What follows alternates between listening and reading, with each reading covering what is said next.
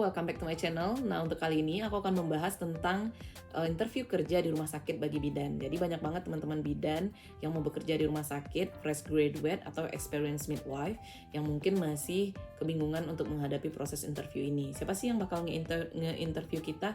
Apa aja sih pertanyaannya? Kemudian apa sih yang perlu kita perhatiin? Apa sih yang perlu kita persiapkan? Karena mungkin dengan menonton video ini, teman-teman mungkin bisa lebih mindful dan bisa mempersiapkan diri dengan lebih matang untuk proses interview yang akan teman-teman jalani. Sebenarnya kalaupun teman-teman nggak menghadapi proses interview, ini penting untuk diketahui karena suatu saat bisa jadi mungkin panggilannya sifatnya mendadak atau panggilannya sifatnya terlalu cepat dibandingkan persiapan teman-teman, jadi teman-teman bisa untuk lebih siap dari sekarang gitu. Nah, kita mulai ya dengan interview kerja di rumah sakitnya. Mungkin teman-teman bertanya-tanya dulu kenapa aku membagikan tentang ini, karena memang aku mempunyai latar belakang pernah bekerja di rumah sakit di bagian PK dan OK. Nah, dari pengalaman tersebut aku juga melalui proses interview seperti yang teman-teman akan jalani atau pernah jalani tersebut. Untuk proses interview sendiri itu kita akan diberitahu biasanya 1 hari sebelum interview, karena sekarang itu prosesnya sangat cepat ya, jarang banget yang ngasih tahu seminggu lagi kita interview, sebulan lagi kita interview, nggak ada. Biasanya 3 hari lagi atau besok kita interview kayak gitu kan. Nah, jadi teman-teman udah harus siap. Jangan lupa untuk memakai pakaian sesuai dengan yang dikasih tahu. Kalau aku waktu itu cuma dikasih tahu untuk memakai baju yang sopan, tapi aku inisiatif aja untuk memakai baju putih-putih ke rumah sakit tersebut untuk melakukan interview. Nah, kemudian juga dikasih tahu apa-apa aja yang perlu dibawa, mungkin fotokopian, kemudian juga surat keterangan pengalaman kerja dan sebagainya macamnya. Ada juga yang nggak nyuruh kita bawa apa-apa. Jadi kalau misalnya ada yang ragu, tanyain aja langsung pada saat kita dikasih tahu informasi untuk interview sama interviewernya atau pihak HRD-nya. Misalnya besok nih kita dikasih tahu untuk interview, ya tanyain kita perlu bawa apa aja, kemudian pakaiannya gimana, waktunya kapan. Usahain datang 1,5 jam paling lama ya untuk kita interview tersebut, karena bisa jadi mereka juga melihat kedisiplinan kita di sana, dan bisa jadi juga mereka memajukan waktunya atau mereka sudah mempersiapkan diri sebelum kita datang kayak gitu. Jadi lebih sopannya kita datang lebih cepat aja.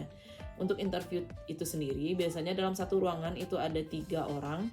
Kalau profesional memang rumah sakitnya, mereka akan mendatangkan HRD, kemudian direktur atau wakil direktur atau pimpinan yang lainnya yang mungkin dapat menghadiri. Kemudian yang ketiga itu adalah seseorang yang dapat bertanya tentang tupoksi pekerjaan kita.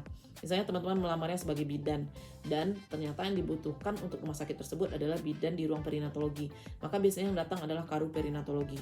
Atau teman-teman akan ditaruh di VK atau di OK, maka yang datang adalah karu atau kepala unit dari unit-unit ini. Kemudian ada juga yang mungkin akan naruh teman-teman di IGD atau ruang rawat inap, yang datang mungkin adalah karu mereka.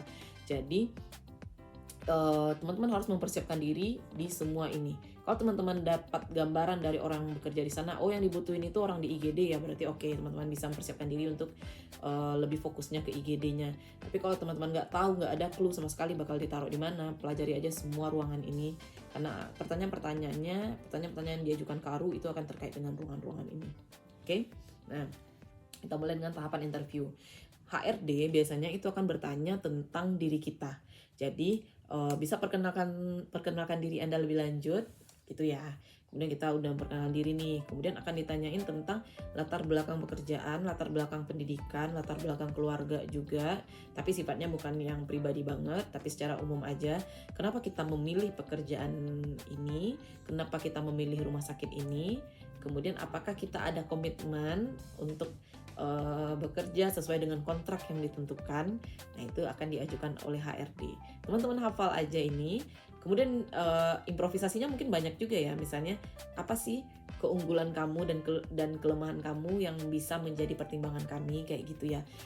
Teman-teman kalau dalam hal keunggulan sebutin aja apa aja keunggulannya di bidang kompetensi, dan kemudian juga secara soft skill itu apa keunggulan teman-teman. Dan kelemahannya juga sampein kelemahan yang bisa diperbaiki. Misalnya aku ini tipe orang yang sangat membantu orang banget, nggak bisa bilang enggak gitu.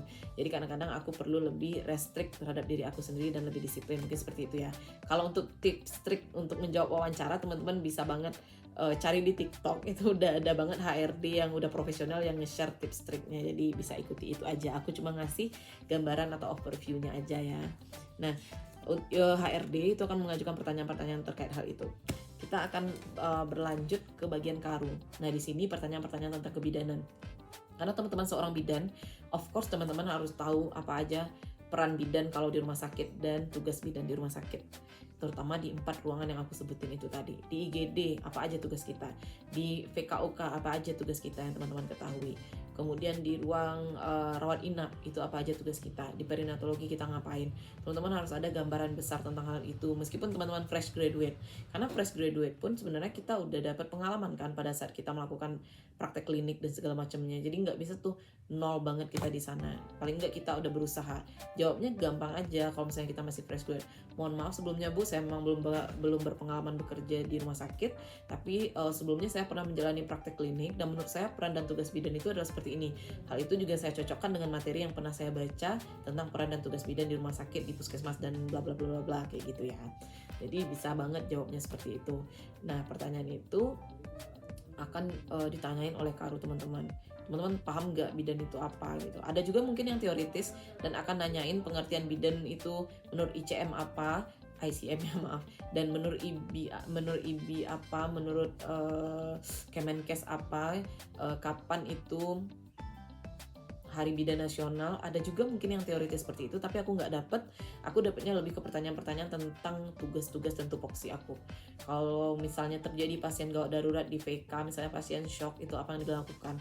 Jadi dia lebih mengeksplor kemampuan analitis kita. Jadi itu disiapkan semuanya. Baca-baca aja teoritisnya tentang APN itu harus hafal ya di luar kepala ya, yang 60 langkah itu. Kemudian juga hafal juga tindakan-tindakan kegawat daruratan misalnya pada pasien preeklamsi, pada pasien shock, pada pasien dengan manual plasenta. Nah, kemudian di batasan kita di mana aja sih? Kalau misalnya dalam kuretase kita membantunya seperti apa sih? Kita kenal nggak dengan alat-alat kuretase? Karena biasanya main job kita itu selain membantu persalinan normal itu adalah menjadi asisten dokter untuk tindakan kuretase ya kalau di ruang PK, di samping kasus-kasus kegawat daruratan lainnya. Jadi yang dua itu at least alat-alatnya teman-teman hafal dong, alat-alat APN dan alat-alat untuk kuretase, paling nggak teman-teman hafal itu, belum lagi alat-alat yang lainnya kayak gitu kan. Nah, itu kita sebenarnya untuk dapat ilmu seperti itu nggak bisa didapat dari buku secara teoritis. Teman-teman bakalan bingung karena di buku APN kita atau di buku Sarwono kita itu nggak ada penjelasan tentang itu yang sifatnya implementasi kayak gitu. Jadi better teman-teman discuss dengan orang-orang yang pernah bekerja di rumah sakit. Jadi teman-teman dapat gambaran besarnya. Oh gini ya, oh gini ya, oh gini ya kayak gitu. Nah, pertanyaan-pertanyaan lainnya itu sifatnya benar-benar teoritis juga. Misalnya pernafasan bayi normal berapa, denyut jantung bayi normal berapa, langkah-langkah cuci tangan apa-apa aja, momen-momennya apa aja kayak gitu. Nah, kemudian apa aja yang perlu diperhatikan dalam melayani pasien secara mutu kayak gitu. Pertanyaan-pertanyaan seperti itu akan ditanyain. Santai aja, kalau misalnya nggak dapat jawabannya, mohon maaf Bu, setahu saya seperti ini, tapi kalau secara teoritis mungkin saya masih ada kekurangan karena mungkin ada update ilmu terbaru yang mungkin belum saya ikuti. Boleh aja jawab aja seperti itu nanti, it's okay.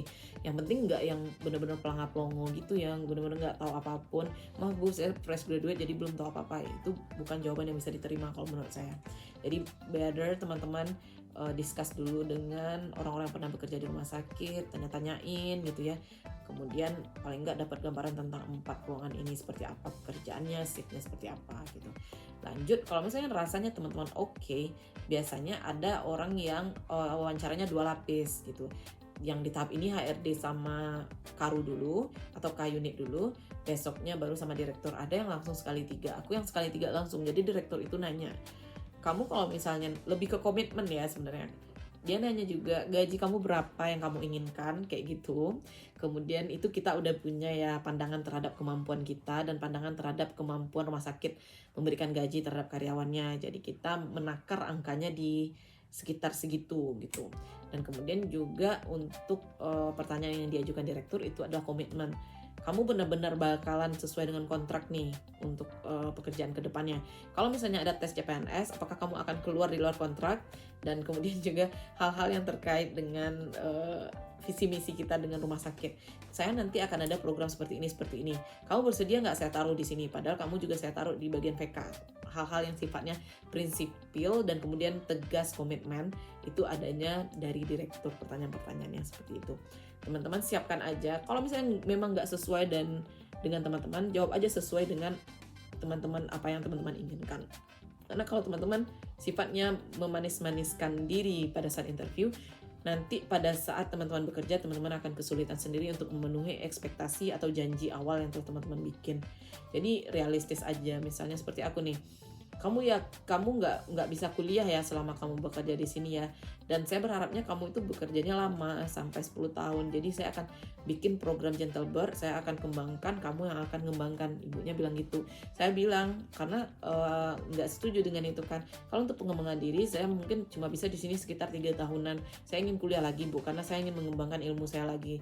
Nanti setelah pulang kuliah mungkin saya ada consideration lagi balik ke rumah sakit.